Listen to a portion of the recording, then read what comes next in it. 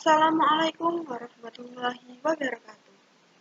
Di sini saya, Nihlatul Niswah, kelas 4 PGSDA 2 dengan NIM 3 digit terakhir 624 akan menjawab pertanyaan soal UAS statistik. Yang pertama, soal pertama. Ujilah soal berikut dengan analisis uji t-test dengan memilih salah satu dari ketiga analisis berikut. Dengan melakukan analisis uji prasyarat data terlebih dahulu agar memenuhi uji parametrik. Nah, di sini terdapat 3 pilihan soal ya teman-teman. Ada A, B, dan C. Kali ini saya memilih yang C dengan soal seorang guru menerapkan media pembelajaran baru, dilakukan uji coba pada 15 mahasiswa. Data prestasi belajarnya yaitu sebagai berikut. Ini ya teman-teman datanya bisa kita lihat. Kemudian, buktikan apakah media pembelajaran yang baru dapat meningkatkan prestasi belajar mahasiswa. Jika media lama menghasilkan prestasi hasil belajar rata-rata kelas sebesar 70 dengan t-test sebesar 2,145. Nah, langkah pertama yaitu kita langsung masuk ke SPSS ya teman-teman. Dari soal ini kita diminta untuk menguji apakah terdapat perbedaan antara media pembelajaran yang baru dengan media pembelajaran yang lama.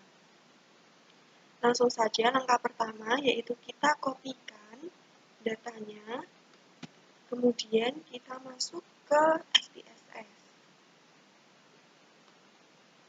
Kita paste.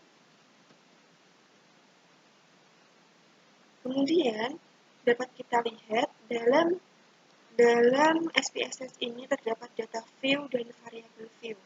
Langkah pertama yang akan kita lakukan yaitu kita langsung masuk ke variabel view. Yang pertama, dalam variabel view kita akan melihat adanya nama, tipe, weight, desimal, dan lain sebagainya. Untuk yang pertama yaitu kita akan merubah nama dari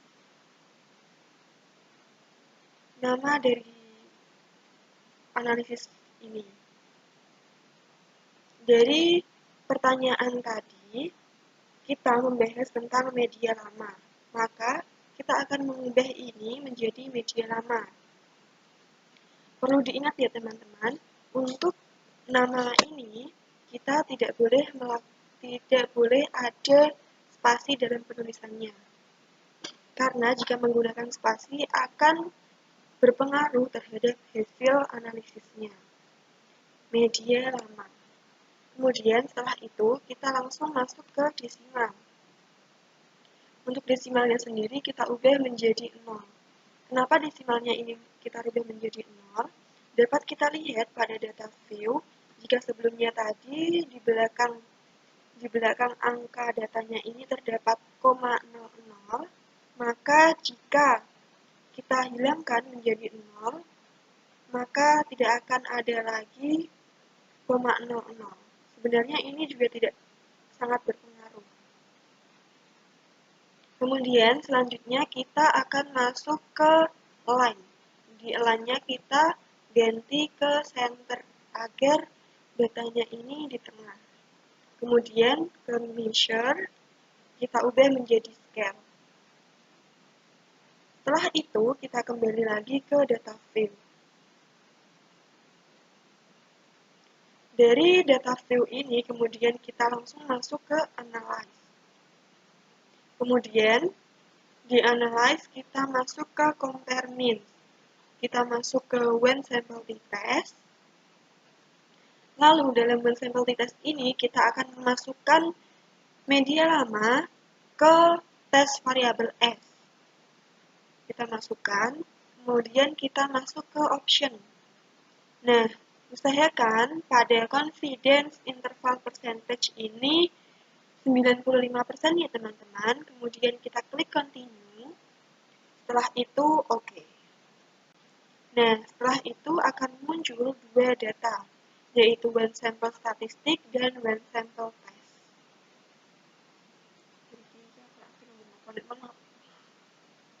Tapi kata-kataku bulat apa?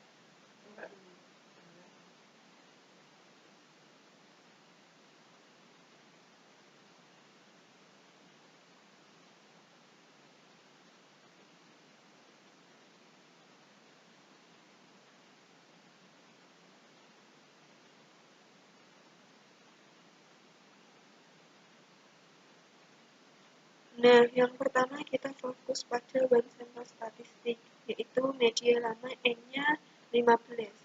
N ini menunjukkan bahwa data dari mahasiswa yang diuji ada 15. Kemudian min-nya yaitu rata-rata. Di sini rata-ratanya yaitu 72,87. Sedangkan di soal tadi dapat kita lihat rata-ratanya yaitu 70. Di sini dapat kita lihat sudah terdapat perubahan antara media lama dan media baru.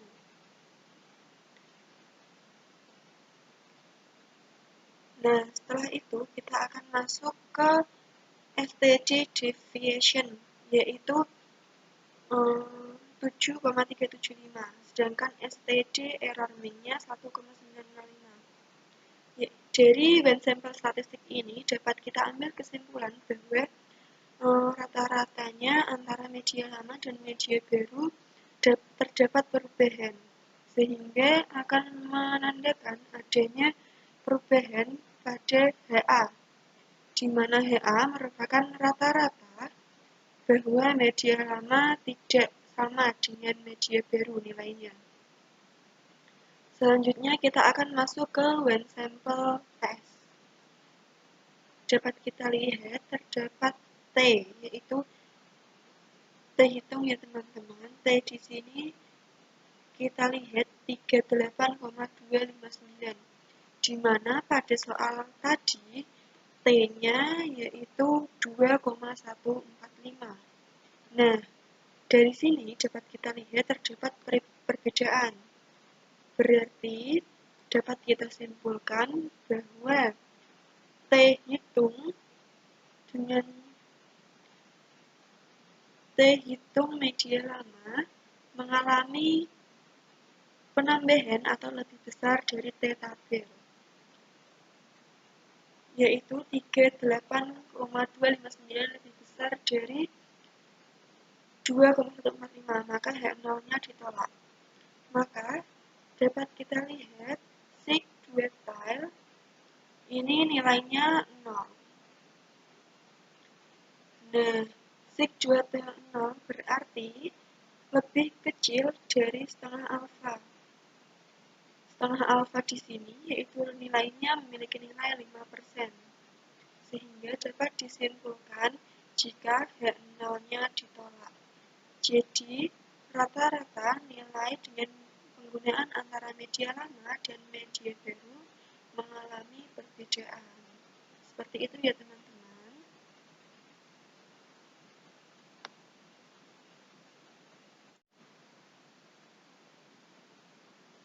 Nah, selanjutnya kita masuk ke nomor 2 ya teman-teman, di mana kita diminta untuk menganalisis regresi linear. Seorang dosen statistika ingin mengetahui jenis serta efektivitas pengaruh frekuensi belajar atau X1 dan nilai statistik X2 secara bersama-sama terhadap prestasi atau Y statistika mahasiswa. Dengan data di bawah ini, dapat kita amati datanya terlebih dahulu. Kemudian kita diminta untuk menentukan yang pertama, menguji persyaratan data di atas untuk memenuhi analisis regresi. Yang kedua, kita ditanya apakah ada pengaruh yang signifikan antara X1 dan X2 terhadap Y, dan berapa besar variabel independen mempengaruhi variabel dependen. Kemudian yang terakhir kita diminta untuk menentukan persamaan garis regresi dan bagaimana interpretasi hasil analisis dengan membaca persamaan garis regresi tersebut. Nah, seperti tadi, langkah yang pertama untuk menguji persyaratan data, yang pertama yaitu kita copy dulu datanya, kita copy. Kemudian setelah itu kita langsung masuk ke SPSS. Kita paste di sini.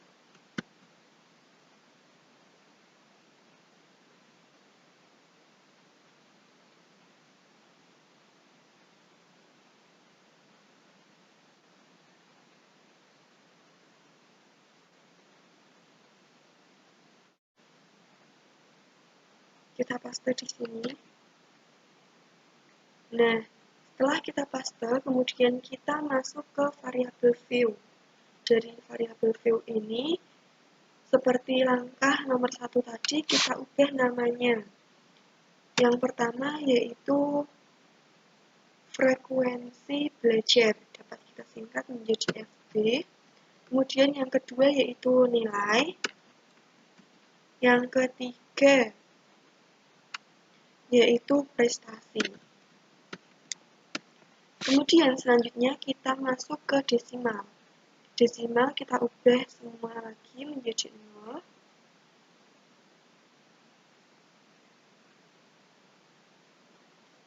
Kemudian setelah desimalnya ini menjadi 0, kita masuk ke align. Di mana align ini kita ubah menjadi center agar analisis data tadi terlihat rapi. Kita lakukan hal yang sama untuk ketiga data tersebut ya teman-teman. Kemudian setelah itu kita kembali ke data view. Dapat kita amati, dari desimal yang kita ubah menjadi 0 tadi, angka 0 di belakang data, di belakang angka sudah hilang. Kemudian kita masuk ke analyze. Dari analyze ini kita masuk ke regression, kemudian ke linear. Linear ini kita akan memisahkan antara data dependent dan independent, di mana data dependent yaitu prestasi, kemudian data independent meliputi frekuensi belajar dan nilai. Setelah itu kemudian kita masuk ke statistik. Dari statistik akan muncul seperti ini, kemudian kita pilih collinearity diagnosis. Kita centang, kemudian kita pilih continue, kemudian OK. Nah, setelah itu akan muncul data seperti ini, teman-teman.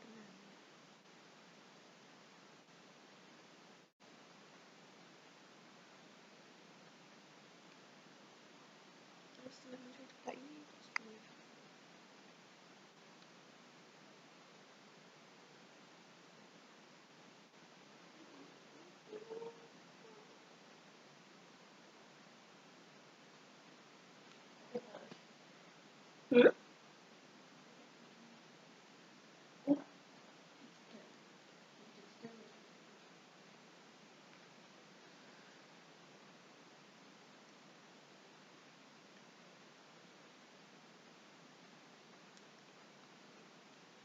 Nah, di sini sudah tertera data di mana terdapat variabel, ada model Semari, ANOVA, terus linear diagnosis, dan lain sebagainya.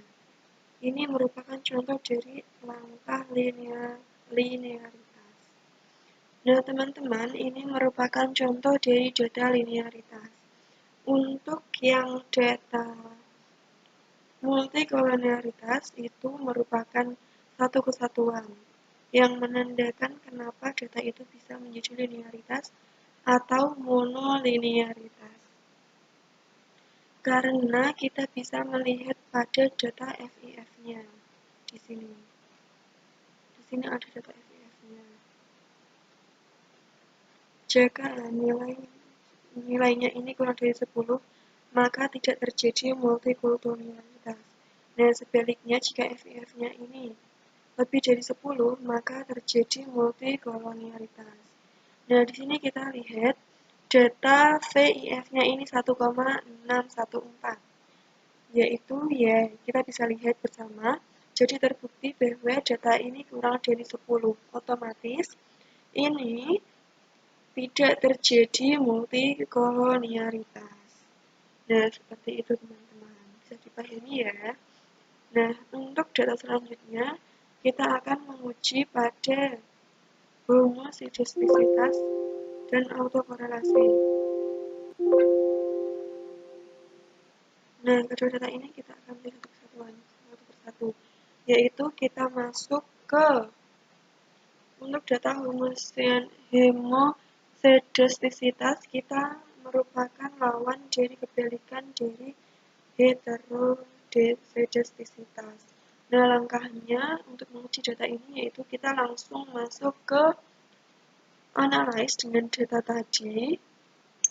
Kita masuk ke regression, kemudian kita ambil ke linear. Regression kita ambil ke linear. Setelah itu kita ambil yang seperti tadi, kita lihat, kita ambil save. Kemudian kita pilih ke mencari yang residu. Kemudian kita klik understand. Yang residu kita klik understand. Setelah itu kita pencet continue. Lalu kita oke. Nah, akan muncul data lagi teman-teman. Di sini ada tambahan residu ya teman-teman. Bisa dilihat untuk bagian datanya. Nanti akan muncul seperti ini teman-teman. Nah, kita plot. Selanjutnya yaitu kita ulangi pada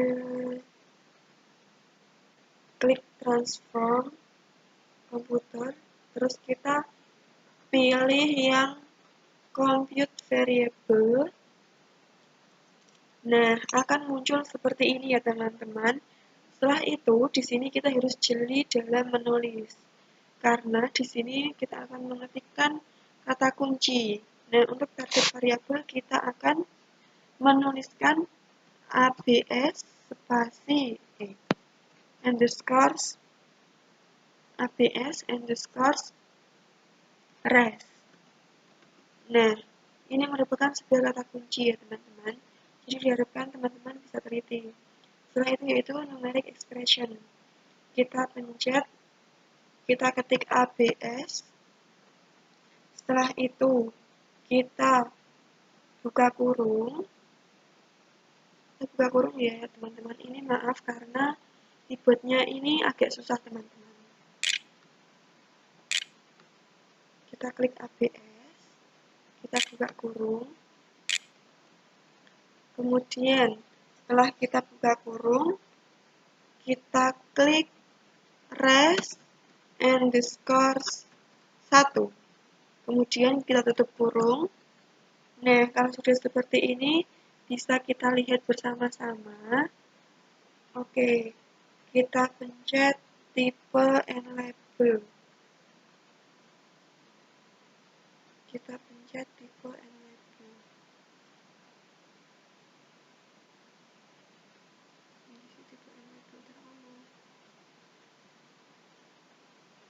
Nah, setelah itu kita ke linear tetap dengan cara yang sama ya teman-teman. Ke linear, kemudian kita masukkan prestasi ke dependent. Kita masukkan yang prestasi, kita kembalikan ke prestasi, kita masukkan kembali. Nah, seperti ini. Setelah itu kita pencet statistik. Setelah itu kita ubah ke